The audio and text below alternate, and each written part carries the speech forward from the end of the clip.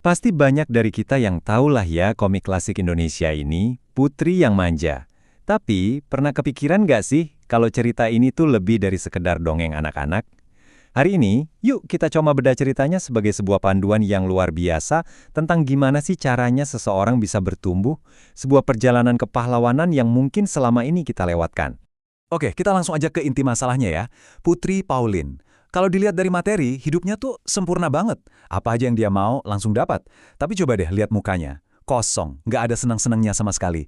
Nah, ini nih paradoks yang aneh, tapi justru jadi pintu masuk ke petualangannya. Setiap perjalanan hebat itu kan selalu dimulai dari dunia yang biasa-biasa aja.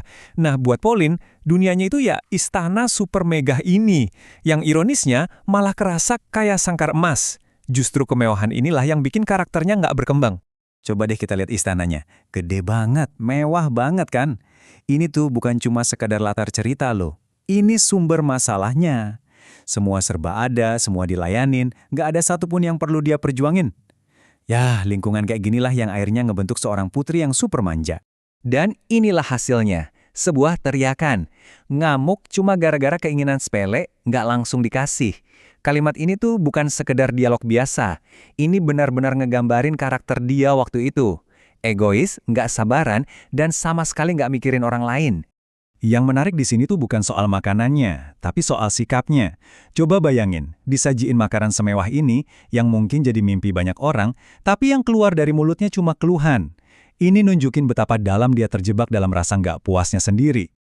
Sekarang, coba kita lihat dari sudut pandang raja. Dia seorang penguasa yang punya segalanya, tapi ternyata nggak berdaya ngadepin anaknya sendiri.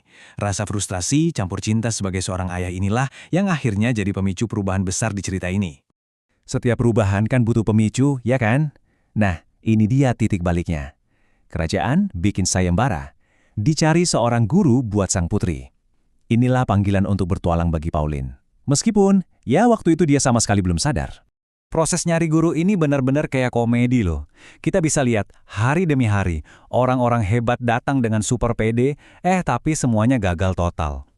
Ini tuh sekaligus ngebangun ketegangan dan nunjukin kalau masalahnya Pauline ini emang gak biasa. Lihat aja deh barisan orang-orang yang gagal ini. Ada yang kaya raya, ada yang paling pinter senegeri, semuanya nyoba pakai cara-cara yang biasa. Dan ya, semuanya diusir. Ini membuktikan satu hal, masalahnya Pauline tuh nggak bisa diselesain pakai uang atau teori dari buku. Dan di tengah keputusan itu, muncullah dia, Pak Janggut. Coba lihat penampilannya. Kontras banget sama kemegahan istana dan pelamar-pelamar sebelumnya.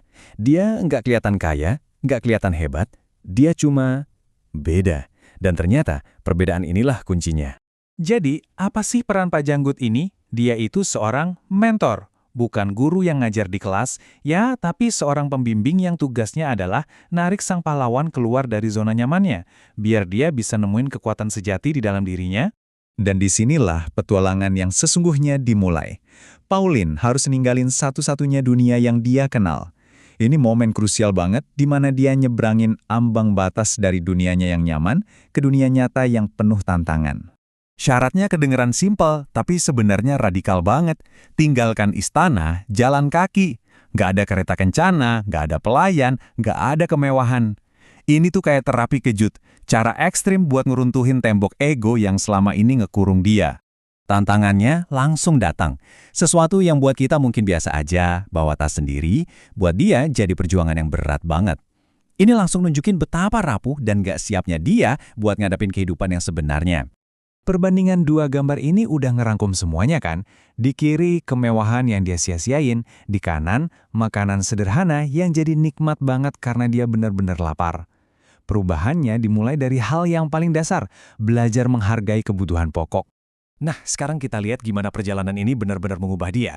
Setiap langkah jadi ujian, setiap rintangan jadi pelajaran, dan musuh terbesarnya itu bukan binatang buas, tapi sifat manja di dalam dirinya sendiri. Untuk pertama kalinya, matanya tuh kayak baru kebuka. Dia nggak lagi cuma fokus ke dirinya sendiri, tapi mulai lihat keluar, rusa, bunga, sungai. Hal-hal yang sebenarnya selalu ada, tapi nggak pernah dia perhatiin, sekarang malah jadi sumber kebahagiaan baru. Nah, ini dia, momen perubahan yang paling penting. Sebuah kecelakaan kecil yang dulu pasti bakal bikin dia nangis dan ngamuk, sekarang malah dia ketawain. Dia belajar buat ngetawain kesulitannya sendiri, ini tanda kedewasaan yang luar biasa. Jadi, coba kita rangkum transformasinya. Dari yang tadinya selalu nuntut, jadi sabar. Dari yang gak berdaya, jadi tangguh. Dari yang selalu bosen, jadi terlibat aktif sama dunianya. Dan yang paling penting, dari nggak pernah bersyukur, jadi pribadi yang tahu caranya berterima kasih. Perjalanan ini benar-benar berhasil. Dan puncaknya adalah pelajaran tentang kemanusiaan. Dia nggak lagi ngelihat orang lain sebagai pelayan, tapi sebagai sesama manusia. Dia belajar memberi, menerima, dan berterima kasih, hal-hal penting yang nggak pernah diajarin di dalam istana. Setiap pahlawan yang udah nyelesain perjalanannya kan pasti pulang bawa sesuatu yang berharga, semacam ramuan atau hadiah gitu. Tapi hadiah yang dibawa pulang Pauline ini bukan sesuatu yang bisa kita sentuh. Nah, ini dia intinya. Harta karun sebenarnya yang dia dapat dari petualangan ini adalah perubahan di dalam dirinya sendiri. Dia pergi sebagai putri yang manja dan kembali sebagai manusia yang utuh. Itulah hadiah terbesar buat dia dan buat kerajaannya. Coba lihat sosoknya sekarang. Tenang, percaya diri, dan hangat. Statusnya sebagai putri emang nggak hilang, tapi sekarang dia punya sesuatu yang jauh lebih berharga. Empati, kebijaksanaan, dan kekuatan karakter yang cuma bisa didapatin dari tempaan pengalaman. Pada akhirnya, perjalanan Pauline ini jadi cermin buat kita semua. Cerita ini ngingetin kita kalau kekayaan sejati itu bukanlah apa yang kita punya, tapi apa yang kita alami. Jadi, pertanyaannya buat kita renungkan. Istana apa sih yang lagi kita tinggali sekarang? Zona nyaman apa yang tanpa sadar lagi ngehalangin kita buat bertumbuh,